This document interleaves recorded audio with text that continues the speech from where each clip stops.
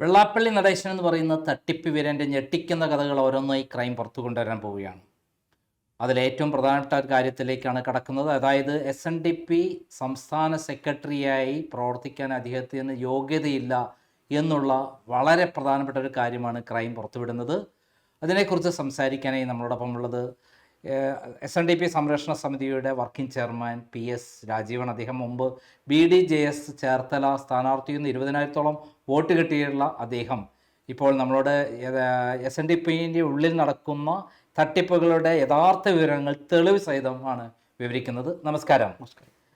അതായത് ഈ SNDP സംസ്ഥാന സെക്രട്ടറിയായി ഇപ്പോൾ ചടഞ്ഞുകൂടി എല്ലാ പ്രവർത്തനങ്ങളും നടത്തുന്ന, ഇപ്പോൾ തന്നെ 2 ദിവസം മുമ്പ് മീറ്റിംഗ് നടത്തിയിട്ടുള്ള വെള്ളാപ്പള്ളി നടേശന് ആ സ്ഥാനത്ത് ഇരിക്കാൻ യോഗ്യതയില്ല എന്നുള്ളതാണ് ഞാൻ മനസ്സിലാക്കുന്നത്. അതിനെക്കുറിച്ചൊന്ന് വിശദമായി പറയാമോ? SNDP യോഗത്തിൽ ജനറൽ സെക്രട്ടറി എന്ന പദവിയിലേക്ക് 1996 ഈ മഹാവിപത്ത് വന്നുവിടുന്നത്. അഴീക്കോട് മാസ്റ്റർ അഭിപ്രായത്തിൽ പറഞ്ഞാൽ ഈ ചന്ദന വൃക്ഷത്തിൽ പടർന്ന ആ വിഷപ്പാമ്പ് 1996 കടന്നു വരുന്നത്. അദ്ദേഹം പിന്നെ SNDPയുടെ ഈ 1903 രൂപീകരിച്ച പ്രസ്ഥാനത്തിൽ അതിൻ്റെ ചരിത്രത്തിൽ ഇപ്പോൾ 1.25 നൂറ്റാണ്ടാകുകയല്ലേ, ഇതിൻ്റെ ചരിത്രത്തിൽ ഇന്ന് വരെ ഇത്രയും ദീർഘകാലം അല്ലെങ്കിൽ ഇത്രയും കാലം തിരഞ്ഞെടുക്കപ്പെട്ട് നടക്കാതെ ഒരു ഭരണാധികാരി ഇരുന്നിട്ടില്ല. അദ്ദേഹത്തിൻ്റെ ഔദ്യോഗിക കാലം SNDPയിൽ അവസാനം തിരഞ്ഞെടുപ്പെടുന്നത് 2014 എത്ര കാലാവധിയാണ് ശരിക്കും? 5 വർഷമാണ്. ഒരു 2019 കഴിയണ്ട. അവിടെ വേറെ ദിവസമുണ്ട്. ഈ തിരഞ്ഞെടുക്കപ്പെട്ട കൗൺസിൽ ഡയറക്ടർ ബോർഡാണ് SNDPയുടെ ചുമതല. അവരുടെ കാലാവധി 3 വർഷമാണ്. ശരിക്കും പറഞ്ഞാൽ 2017 കഴിഞ്ഞു കൗൺസിലിൻ്റെ കാലാവധി. പക്ഷേ SNDPയുടെ ബൈലായി പറയുന്നുണ്ട് ഒരു ഭരണാധികാരി, അതായത് president, general secretary, Devaswom secretary, vice president, ഈ 4 പേരാണ് SNDPയുടെ ഔദ്യോഗിക ഭാരവാഹികൾ. ഈ 4 പേർക്കും അടുത്ത ഭാരവാഹികൾ വരുന്നത് ഇരിക്കാന്ന് പറയുന്നു. ബൈലയിൽ അങ്ങനെ ഒരു ക്ലോസ്. അത് മിക്കവാറും എല്ലാ സംഭവത്തും അങ്ങനെയല്ലേ. അതായത് ഒരു തിരഞ്ഞെടുക്കപ്പെട്ട സമിതിയിൽ ഒരു കാരണവശാലും തിരഞ്ഞെടുക്കപ്പെടാത്തവർ വരുന്നത് കൊണ്ട് ചെയ്യാൻ വേണ്ടി ചെയ്യുന്ന പരിപാടിയാണ്. അപ്പോൾ അടുത്ത തെരഞ്ഞെടുപ്പ് വരുന്നവരെ ഇരിക്കാവുന്ന ഒരു പഴുത അതിൻ്റെ അകത്തുണ്ട്. പക്ഷേ എന്ന് വെച്ച് ആയുഷ്കാലം തുടരാമെന്നുള്ളതാണോ? ഇദ്ദേഹം പറയുന്നത് ഞാൻ ഇരിക്കുന്നത് എൻ്റെ കാലാവധി കഴിഞ്ഞാൽ അടുത്ത ഭരണസമിതി വരുന്നതിന് ഇരിക്കാമെന്ന് പറയുന്നത്. അപ്പോൾ അടുത്ത ഭരണസമിതി വന്നില്ലെങ്കിൽ വെള്ളാപ്പള്ളി നടേശനും കുടുംബവും അവിടെ ഇങ്ങനെ ഇരുന്ന് എന്താണ് ഇത് നശിപ്പിച്ചിട്ട് പോകുന്നതിൻ്റെ അർത്ഥമാണ്. അപ്പോൾ അതിൻ്റെ ബേസിൽ അദ്ദേഹം ഇരിക്കുന്നത്. ഈ ബൈലോ പ്രകാരം 5 വർഷം കൂടുന്നവർ തെരഞ്ഞെടുപ്പ് നടന്ന് പുതിയ ആളെ തിരഞ്ഞെടുക്കണം. പിന്നെ ഞാനൊരു നിയമവശം പറഞ്ഞത്, SNDP ജനറൽ സെക്രട്ടറി സ്വന്തമായ അധികാരം പറയുന്നില്ല. SNDP ജനറൽ സെക്രട്ടറി 1 പൈസ ചിലവാക്കണമെങ്കിലും കൗൺസിലിൻ്റെ അംഗീകാരമാണ്. ബൈല അങ്ങനെ പറയുന്നത്. ഇതൊരു നോൺ ട്രേഡിംഗ് കമ്പനിയാണ്. അതിൻ്റെ ബൈലായി പറയുന്നത് ഈ ജനറൽ സെക്രട്ടറി മുടക്കേണ്ട പൈസയും തീരുമാനങ്ങളെല്ലാം ഇതിൻ്റെ അതിൻ്റെ അതായത് നിയമവിധേയമായിരിക്കും. അതായത് കൗൺസിലിൻ്റെ അംഗീകാരത്തിന് വിധേയമായി ചെയ്യുന്നതാണ് പറയപ്പെടുന്നത്. പക്ഷെ അങ്ങനെ വരുമ്പോൾ ഈ 2019 ശേഷം ഈ വരെ നടത്തിയ കോടിക്കണക്കിന് രൂപ ചിലവ് ഒരു നിയമപ്രകാരമല്ല. മറ്റൊന്ന്, ഇതിൻ്റെ ഇടയ്ക്ക് ഇദ്ദേഹം ചെയ്ത മറ്റൊരു കാര്യമുണ്ട്. ഈ കാലഘട്ടത്തിനിടയിൽ ഏതാണ്ട് 100 വ്യക്തമായ കണക്ക് അദ്ദേഹത്തിന് ഇല്ല കേട്ടോ. ഇപ്പോൾ എത്ര യൂണിയൻ ഇടയ്ക്കിടയ്ക്ക് വിളിക്കിന് രണ്ടാക്കിക്കൊണ്ടിരിക്കും. അതായത് SNDP യൂണിയൻ, ഇതിൻ്റെ SNDPയുടെ ഘടന, യോഗം, യൂണിയൻ, ശാഖ, ഈ യൂണിയനുകളിൽ ഇപ്പോൾ 100 ഉണ്ട് കേരളത്തിൽ. അങ്ങോട്ടൊക്കെ ഉണ്ടത് അദ്ദേഹത്തിൻ്റെ ഇവരോടൊക്കെ ഇടയ്ക്കിടയ്ക്ക് ഉണ്ടാകും. നമുക്കറിയില്ല, രാവിലെ വരണം ഉണ്ടാകാറുണ്ട്. അപ്പോൾ അങ്ങനെ വരുമ്പോൾ ഞങ്ങൾ ഒരു കാര്യം വെക്കുന്ന, ഒരു സ്ഥലത്ത് പോലും SNDP യോഗത്തിനല്ല, SNDPയുടെ കീഴിലുള്ള യൂണിയനിൽ ഒരു സ്ഥലത്ത് പോലും തിരഞ്ഞെടുക്കപ്പെട്ട കമ്മിറ്റികളില്ല. ഇയാൾ തിരഞ്ഞെടുപ്പ് കമ്മിറ്റികളെല്ലാം പിരിച്ചുവിട്ടു. അതിനുശേഷം പകരം ഏത് കാലത്ത് ഇതിങ്ങനെ നിരന്തരം അതായത് അധികാരമില്ലാത്ത വ്യക്തി നിരന്തരമായ ആളെ പിരിച്ചുകൊണ്ടിരിക്കുകയാണ്. നമ്മുടെ ഒരു സ്ഥലം ചോദിക്കാൻ പറ്റും, എവിടെ ചോദിച്ചാലും കിട്ടും. അപ്പോൾ നമ്മുടെ ഇതിൻ്റെ പ്രത്യേകത വരുമ്പോൾ ചോദിക്കുമ്പോൾ അദ്ദേഹം പറയുന്നത് SNDPക്ക് ഈ നിയമമല്ല, കേന്ദ്ര നിയമമാണെന്ന് പറയും. അപ്പോൾ നമ്മൾ എവിടെ പരാതി കൊടുത്താലും ശരിക്കും പറയും ആ പരാതികളൊക്കെ 8-10 വർഷമായിട്ടൊക്കെ നീട്ടി പോയിക്കൊണ്ടിരിക്കുകയാണ്. ഒന്ന് കാര്യം മനസ്സിലാക്കണം, യാതൊരു അധികാരമില്ലാത്ത മനുഷ്യൻ അവിടെ ഇരുന്നുകൊണ്ട് കോടികൾ നിരന്തരം ചിലവാക്കിക്കൊണ്ടിരിക്കും. ഒന്ന്, തൻ്റെ കീഴിലുള്ള സകല ആൾക്കാരെ പിരിച്ചുവിട്ടിട്ട് വീട്ടിൽ നിന്ന് അടുക്കളയിൽ നിന്ന് നിയമിക്കുക ഒരാൾക്കാരെയും ഗോപാലകൃഷ്ണൻ എടുത്ത് നോക്കും എന്ന് നോക്കുമ്പോൾ ഇപ്പോൾ ഇരിക്കുന്ന സകല കമ്മിറ്റി തിരക്കായി കമ്മിറ്റികൾ ഇരിക്കുന്നവരെല്ലാം അദ്ദേഹത്തിൻ്റെ വീട്ടിൽ നിന്ന് പോസ്റ്റ് ചെയ്ത് അഡ്മിനിസ്ട്രേറ്റർ എന്ന് പറയുക ഒരു വ്യക്തിയാണ്. ഇപ്പോൾ ഞാൻ ശരിക്കും പറഞ്ഞാൽ ചേർത്തല യൂണിയനിൽ കഴിഞ്ഞ 5 വർഷത്തെ കണക്ക് 103 കോടി രൂപയാണ് കണക്ക് പ്രസിദ്ധീകരിച്ചത്. അപ്പോൾ ഒരു യൂണിയൻ്റെ പ്രതിവർഷത്തെ വാർഷിക കണക്കാണ് ഞാൻ പറഞ്ഞത്. അത്രയും മുടക്കാൻ ഒരാളെ വെക്കുമ്പോഴത്തേക്ക് യാതൊരു നിയമമില്ലാത്ത വ്യക്തി, ഒരു നിയമാധികാരമില്ലാത്ത വ്യക്തിയാണ് ഈ പൈസ മുടക്കുന്നത്. അപ്പോൾ മനസ്സിലായി, SNDP യോഗത്തിൻ്റെ സെക്രട്ടറിക്ക് അധികാരമില്ല. അദ്ദേഹം അതിൻ്റെ അധികാരമില്ലാത്ത ആൾ നിയോഗിച്ച അധികാരമില്ലാത്ത കമ്മിറ്റികളാണ് കേരളത്തിലെ സകല യൂണിയനുകളും. എത്ര യൂണിയനുണ്ട്? 100 വ്യക്തമായ കണക്കപ്പെട്ട് 100 പറയാറുണ്ട്, 101 പറയാറുണ്ട്. വ്യക്തമായ കണക്ക് അദ്ദേഹം കിട്ടും. നമുക്ക് കണക്ക് കിട്ടണമെങ്കിൽ ഒരു പ്രസിദ്ധീകരണം വേണ്ടേ? SNDPക്ക് ഒരു വാർഷിക റിപ്പോർട്ട് വേണ്ടേ? SNDP യോഗത്തിന് വാർഷിക പൊതുയോഗം കൂട്ടിയിട്ട് ഏതാണ്ട് 10 വർഷമായി. ഇതിന് വാർഷിക കണക്ക് വെക്കണ്ടേ? SNDP കണക്ക് കൊടുത്തിട്ട് ഇപ്പോൾ 10 വർഷമായി. ഇപ്പം നമ്മളിപ്പോൾ ഒരു കേസ് കൊടുത്തിരിക്കുന്ന SNDPക്ക് കണക്ക് കൊടുക്കാത്തത് കൊണ്ടും വാർഷിക പിടിച്ചാത്തത് കൊണ്ടും ഇദ്ദേഹത്തെ അയോഗ്യരാക്കുന്ന കേസ് ഇപ്പോൾ 1 വർഷമായിട്ട് വിളിച്ചു പറയാൻ വെച്ചിരിക്കുക. കേസുകൾ ഇങ്ങനെ നീട്ടിക്കൊണ്ട് അതിന് പുറത്ത് വേറെ കേസ് കൊടുക്കാൻ കഴിയും. അതായത് അദ്ദേഹം SNDPന്റെ സംസ്ഥാന സെക്രട്ടറി എന്ന നിലയിൽ 2019 വരെ ഉള്ളൂ. അതിനുശേഷം അദ്ദേഹത്തിന് അധികാരമില്ല. അപ്പൊ അദ്ദേഹം അന്നു മുതൽ എടുത്ത തീരുമാനങ്ങളെല്ലാം ഇൻവാലിഡ് ആണ്. അതിൽ വേറെ വലിയ പ്രോബ്ലം കൂടെ ഉണ്ട്. ഇതിൽ പറഞ്ഞ ഈ നമ്മുടെ SNDPയുടെ ധാരാളം സ്കൂൾ, എനിക്ക് 40ഓളം സ്കൂളുകളുണ്ട്, വിദ്യാഭ്യാസ സ്കൂളുകളുണ്ട്. SNDPക്ക് തന്നെ ഉണ്ട് 3 കോളേജുകളുണ്ട് SNDPക്ക്. മറ്റേ SN ട്രസ്റ്റിനാണ്. അപ്പോൾ ഇങ്ങനെ വരുമ്പോൾ ഈ സ്കൂളുകളുടെ നിയമനങ്ങളും ഇതിൻ്റെ എല്ലാം വേണ്ടി വരുന്നറിയാം. കൗൺസിലിൻ്റെ അത് അടുത്ത അംഗീകാരം വേണം, കൗൺസിലിൻ്റെ അംഗീകാരം വേണം. അതായത് ഏതെങ്കിലും അധ്യാപകരെ നിയമിച്ചു കഴിഞ്ഞാൽ അവർക്ക് അവരെ നിയമിക്കുക, അവരുടെ അംഗീകാരം കിട്ടണമെന്ന് കൗൺസിൽ തീരുമാനിക്കണം. കൗൺസിലില്ല. ശരിക്കും പറഞ്ഞാൽ അധികാരമില്ലാത്ത കൗൺസിലുണ്ട്. ഞാൻ പറഞ്ഞില്ലേ, കൗൺസിലുണ്ട്. ഇപ്പോൾ കഴിഞ്ഞ കാലഘട്ടത്തിൽ ഭരിച്ച അല്ലെങ്കിൽ പഴയ മുഖ്യമന്ത്രിമാർ അല്ലെങ്കിൽ പഴയ മന്ത്രിമാർ ഭരിച്ചാൽ സ്വീകരിക്കും. അപ്പോൾ അധികാരമുള്ള കൗൺസിൽ ഇപ്പോഴും ഇല്ല. അധികാരമില്ലാത്ത ഭരണാധികാരി, അധികാരമില്ലാത്ത കൗൺസിൽ, അധികാരമില്ലാത്ത യൂണിയനുകളൊക്കെ ചിലവാകും. ആലോചിച്ചൊക്കെ കോടികളും ഒരു കണക്കെങ്ങും വെച്ചിട്ട് ഇത് സംബന്ധിച്ച് എങ്ങും ഒരു കണക്കില്ല. ഒരു കണക്കുമില്ലാതെ അധികാരമില്ലാത്ത പ്രസ്ഥാനമാണെന്ന് SNDP പറയുമ്പോൾ അവിടെയാണ് വലിയ അപകടം എന്ന് പറഞ്ഞത്. ഇത് ശരിക്കും പറഞ്ഞാൽ ഇത് ചോദ്യം ചെയ്യാൻ ആരുമില്ല. അപ്പോൾ ഞാൻ പറയും, അതിനൊരു ഉദാഹരണം ഞങ്ങൾ പറയുന്നത്, ഇപ്പോൾ വീട്ടിൽ ചാരായം മാറ്റുന്ന കുറ്റം എല്ലാവർക്കും അറിയാം. വീട്ടിൽ ചാരായം മാറ്റി പിടിക്കേണ്ട ആരാ? എക്സൈസും പോലീസും. എക്സൈസും പോലീസും പിടിച്ചില്ല, എനിക്ക് ആവശ്യം പോലെ ചാരായം മാറ്റാൻ പാടില്ല. സമാനമായ രീതിയിലാണ് SNDPയിൽ പിടിക്കപ്പെട്ട ഇൻകം ടാക്സുകാർ പിടിക്കാറില്ല, സംസ്ഥാന ഗവൺമെന്റ് പിടിക്കാറില്ല, കമ്പനി രജിസ്ട്രാർ പിടിക്കാറില്ല, കമ്പനി ലോ ബോർഡ് പിടിക്കാറില്ല, ആരും പിടിക്കാറില്ല. എന്തുകൊണ്ടാണ് അങ്ങനെ? ഞാൻ അതിന് എന്താണ് സാറേ പറയേണ്ടത്? എന്നിരുന്നാലും താങ്കളുടെ അറിവ്, എൻ്റെ അഭിപ്രായത്തിൽ എങ്ങനെ ഇയാളെ പറഞ്ഞാൽ നമ്മൾ ചെകുത്താനെ പിടിക്കാൻ കുരിശും കൂടിയല്ലേ, ഇത് കുരിശ് പിടിച്ച് ചെകുത്താനല്ലേ കേന്ദ്രം ഭരിക്കാനുള്ള ആൾ അമിത്ഷാ അല്ലെങ്കിൽ അദ്ദേഹം പറയും. നമ്മുടെ ഈ തുഷാർ വെള്ളാപ്പള്ളി പറയുന്ന അമിത്ഷായായിട്ട് ഞാൻ ഇപ്പോൾ ഇന്നലെ സംസാരിച്ച് വരികയാണ്. അദ്ദേഹം ഏറ്റവും അടുത്ത ആൾക്കാർ അമിത്ഷായുടെ ആളാണ് അദ്ദേഹം. നരേന്ദ്രമോദി അതിന് വേണ്ടിയിട്ടാണോ BDJS സ്ഥാപിച്ചുള്ളത്? സംശയമല്ല ഉണ്ടാ കാര്യത്തിൽ. അതായത് കേന്ദ്രത്തിൽ നിന്ന് എന്തെങ്കിലും പ്രശ്നങ്ങൾ വന്നാൽ അതിനെ നേരിട്ട് മറികടക്കാനാണ് BDJS. അതെ. കേരളത്തിൽ പിണറായി വിജയനായിട്ടുള്ള ബന്ധം ഉണ്ട്. അപ്പം ഈ 2 ബന്ധങ്ങളും ഉപയോഗിച്ച് അദ്ദേഹത്തിനെതിരെയുള്ള, നേരത്തെ നമ്മൾ പറഞ്ഞിട്ടുള്ളത് ആദ്യ എപ്പിസോഡിൽ പറഞ്ഞു, 124 മൈക്രോ ഫിനാൻസ് കേസ് ഉണ്ടായിരുന്നു. അതിൽ ആ കേസുകളിൽ കൃത്യമായിട്ട് മുന്നോട്ട് പോയാൽ അദ്ദേഹം ജയിലിൽ നിന്ന് പുറത്തിറങ്ങില്ല. അപ്പോൾ അങ്ങനെയുള്ള കേസുകളിൽ നിന്ന് രക്ഷപ്പെടാൻ പിണറായി വിജയന്റെ സഹായം. അതെ. മറുഭാഗത്ത് കേന്ദ്രത്തിൽ നിന്ന് ഏതൊക്കെ തരത്തിൽ നിയമ പ്രശ്നങ്ങൾ ഉണ്ടാവോ, ഇൻകം ടാക്സ് തുടങ്ങിയുള്ള ED എന്നോ പിടിച്ച് അകത്താക്കേണ്ട ഒരാളായിട്ടാണ് എനിക്ക് ഇത് കേട്ടിട്ട് തോന്നുന്നത്. അപ്പം ആ ഇത് പറയാം, റിട്ടേൺ കൊടുക്കാത്ത ഇൻകം ടാക്സ് റിട്ടേൺ എത്ര കാലം മുമ്പ് മുതൽക്ക് റിട്ടേൺ കൊടുക്കാനുണ്ട്? ഇത് വ്യക്തമായ കണക്കിപ്പോൾ നമ്മൾ ശരിക്കും എടുത്താൽ ഒരു ധാരണ കിട്ടും. നമ്മളിപ്പോൾ ഇൻകം ടാക്സിലും ഒരു വിവരം കിട്ടില്ല, നമ്മൾ കൊടുത്ത വിവരാശം കൊടുത്താലും കിട്ടില്ല. ഈ 120 യൂണിയനുകളിലും ഇതേപോലെ തന്നെയാണ്. അതെ. റിട്ടേൺ ഒന്നും കൊടുക്കുന്നില്ല. കാരണം അതായത് ശരിക്കും പറഞ്ഞാൽ SNDP എന്ന് പറഞ്ഞ നോൺ ട്രേഡിംഗ് കമ്പനി ആയതുകൊണ്ട് കൃത്യമായ രീതിയിൽ അതിന്റെ ഇൻകം ടാക്സ് റിട്ടേൺ കൊടുത്തെങ്കിൽ ഇതിന്റെ ബാങ്ക് അക്കൗണ്ട് പുതുക്കാൻ പറ്റില്ല. SNDP KYC പുതുക്കാം. നിങ്ങൾക്ക് അറിയാലോ, KYC പുതുക്കണമെങ്കിൽ അതിന് വേണ്ട ദർപ്പൺ രേഖകൾ പ്രകാരമാണ്. ഞാനൊന്ന് അത് വായിക്കാം. ഈ പറയുന്ന ഒരു സർക്കുലർ, അതായത് SNDP യോഗം കണിച്ചിക്കുളങ്ങര യൂണിയൻ അഭ്യർത്ഥന. കഴിഞ്ഞ 5 വർഷമായി വളരെ വിഷമകരമായ അവസ്ഥയിലൂടെയാണ് നമ്മുടെ യൂണിയന്റെ പ്രവർത്തനങ്ങൾ കടന്നു പോയിക്കൊണ്ടിരിക്കുന്നത് എന്നറിവുള്ളതാണല്ലോ. സാമ്പത്തികമായും അല്ലാതെയും ഞെരുക്കത്തിലും സംഘടന കാര്യങ്ങൾ ഒരു കുറവും വരുത്താതെയും പിടിച്ചു നിൽക്കുകയായിരുന്നു യൂണിയൻ. SNDP യോഗ നിർദ്ദേശമനുസരിച്ച് അംഗത്വ രജിസ്റ്റർ DTP എടുത്ത് പെൻഡ്രൈവ് ഉൾപ്പെടെയുള്ള നൽകിയതിന് 76,000 രൂപ ചെലവും. തുടർന്ന് ഇൻകം ടാക്സ് ഡിപ്പാർട്ട്മെന്റ് 2014-15 കാലത്തെ കണക്കുകൾ സമർപ്പിച്ചില്ല എങ്കിൽ 2,30,00,000 രൂപ ഫൈൻ അടിക്കുമെന്ന് അറിയിച്ചു.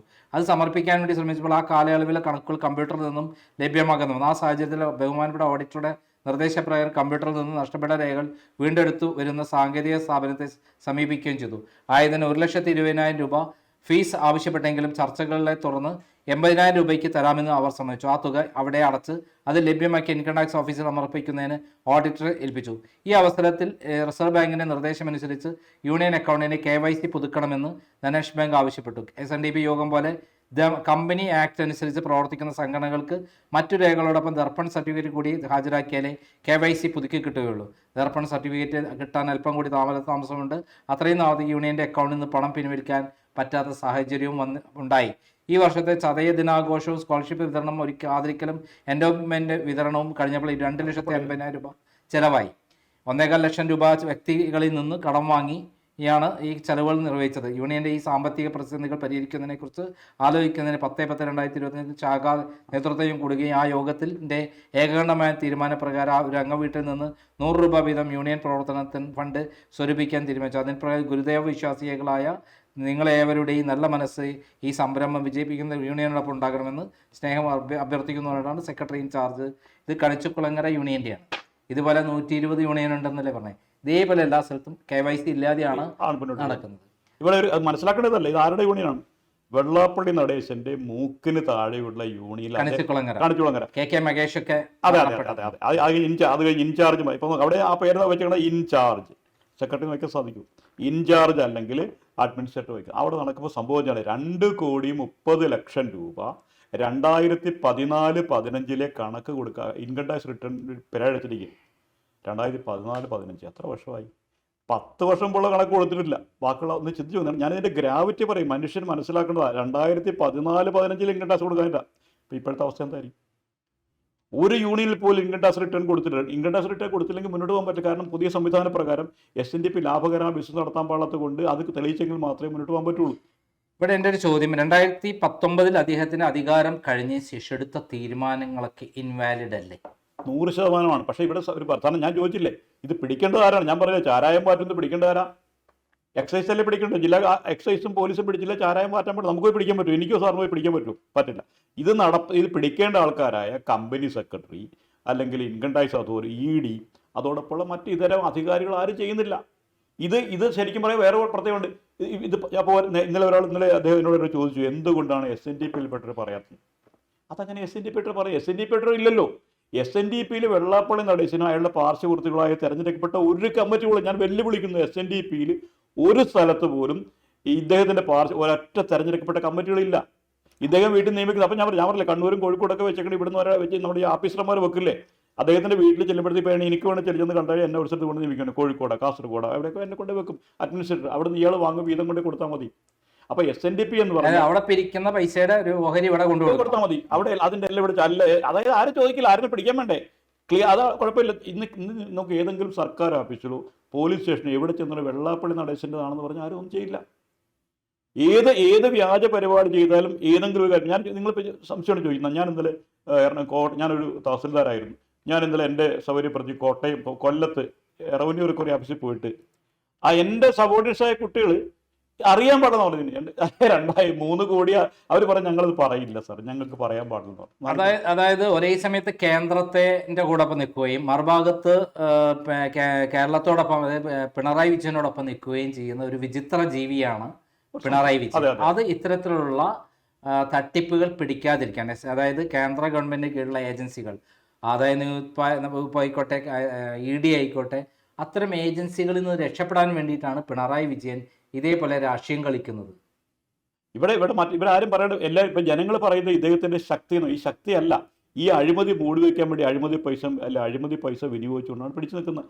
ഇവിടെ ഒരു വലിയ പ്രധാനപ്പെട്ട കാര്യം പറയുന്നുണ്ട്. ഇപ്പോൾ പലരും പറയില്ലേ, രാഷ്ട്രീയ ശക്തിയല്ല, വെള്ളാപ്പള്ളി നടേശനോട് പൈസ വാങ്ങിക്കാത്ത അല്ലെങ്കിൽ അദ്ദേഹത്തിൽ നിന്ന് കാശ് വാങ്ങിക്കാത്ത ഒറ്റ രാഷ്ട്രീയ പാർട്ടികൾ, ഒറ്റ നേതാക്കന്മാരില്ലെന്നാണ് ഞാൻ ആക്ഷേപിക്കുന്നത്. അല്ല, അവർ പറയട്ടെ, ഇപ്പോൾ VD സതീശൻ വീട്ടിൽ പോയെന്ന് പറഞ്ഞാൽ പോരാ. അദ്ദേഹം പറയേണ്ടത്, ഞാൻ വെള്ളാപ്പള്ളി നടേശൻ 10 പൈസ വാങ്ങില്ല, അദ്ദേഹത്തിന് പറയാൻ സാധിക്കും. പക്ഷെ പറയാഞ്ഞിട്ടാ.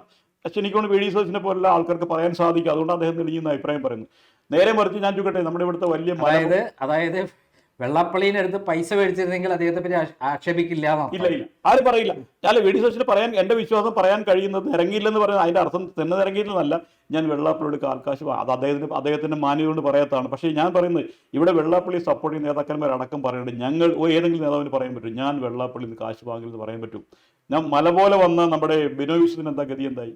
അദ്ദേഹം എലി പോലെ പോയി. എന്താ കാര്യം? അതായത് താങ്കളെ സെൻകുമാർ ഈ പറയുന്ന വെള്ളാപ്പള്ളി നടേശനിൽ നിന്ന് പൈസ മേടിച്ചു എന്ന് പറയുന്നതിൽ എന്തെങ്കിലും യാഥാർത്ഥ്യമാണ്? ഞാൻ കാരണം സെൻകുമാർ എന്ന് പറഞ്ഞാൽ ഞാൻ പരിചയപ്പെട്ട അറിഞ്ഞ സെൻകുമാർ എന്ന് പറയുന്നത് വളരെ സത്യസന്ധനായ ഒരു പോലീസ് ഓഫീസറാണ്.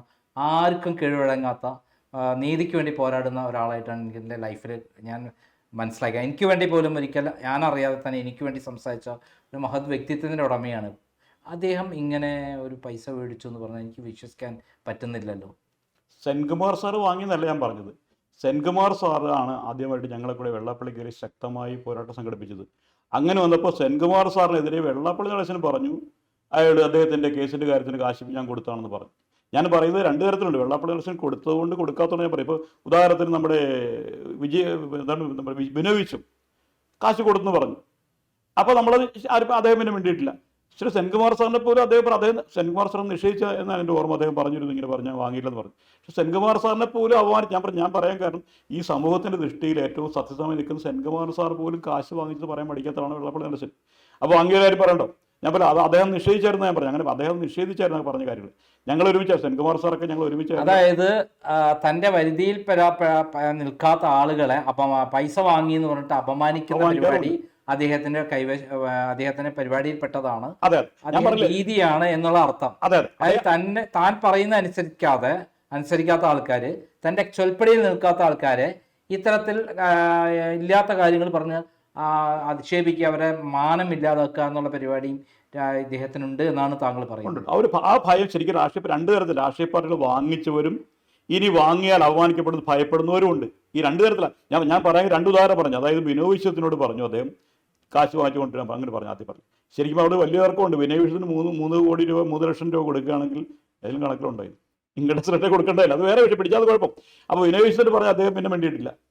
സെൻകുമാർ സാർ പറഞ്ഞപ്പോൾ സെൻകുമാർ സാർ ഒന്ന് മറുപടി പറഞ്ഞു, എൻ്റെ ഓർമ്മ പറഞ്ഞാണ് ഞാൻ അങ്ങനെ ഇല്ല അന്ന് നിശ്ചയിച്ചായിരുന്നു എനിക്കൊന്നും. ഞാൻ പറഞ്ഞു അദ്ദേഹത്തിന് അങ്ങനെയുള്ള ഞാൻ പറയാം ആരൊക്കെ സെൻകുമാറിനെ കുറിച്ച് പറയുന്നത് ഞാൻ വിശ്വസിക്കുന്നില്ല. കാരണം അദ്ദേഹം അങ്ങനെ ഒരു ആളല്ല.